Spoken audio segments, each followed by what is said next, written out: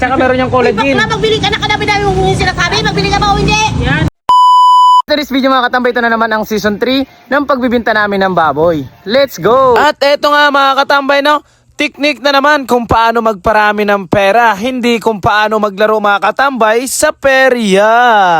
At eto nga pala mga katambay, na wag tayo magpapasobra sa paggamit ng tugtog. Baka gagalitan na naman tayo ni Lolo Meta. At dito nga mga katambay, unang customer natin, ng number 1 supporter natin na si Boss Dongski mga katambay. Na kilo agad mga katambay ang kinuha niya. At hindi lang yun, nagtawag pa siya ng kanyang mga kaibigan. Kaya kung bumili naman si ate ng 1 kilo at si nanay ay 2 kilo mga katambay. Kitang kita ang saya sa mukha ni nanay mga katambay. Ngayon lang kasi siya makakabili ng baboy na may lasa na kahit hindi luto. Kumbaga marinated na siya, inaalagaan pa lang.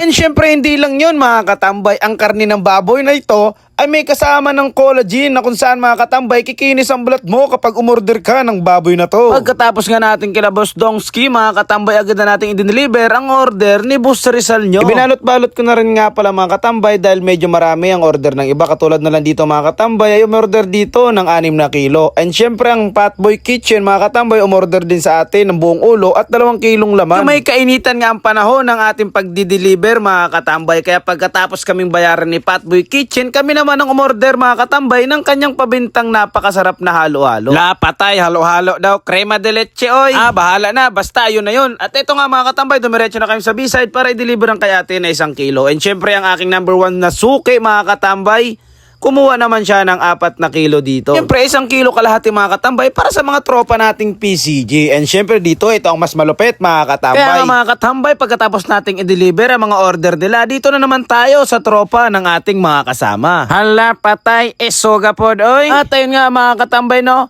Malapit nang maubos mga katambay ang binibenta nating baboy. Oh, may sasabihin ako sa'yo, gusto mo ba ng maraming pera? Wala sa comment section ang link mga katambay, magtrabaho ka.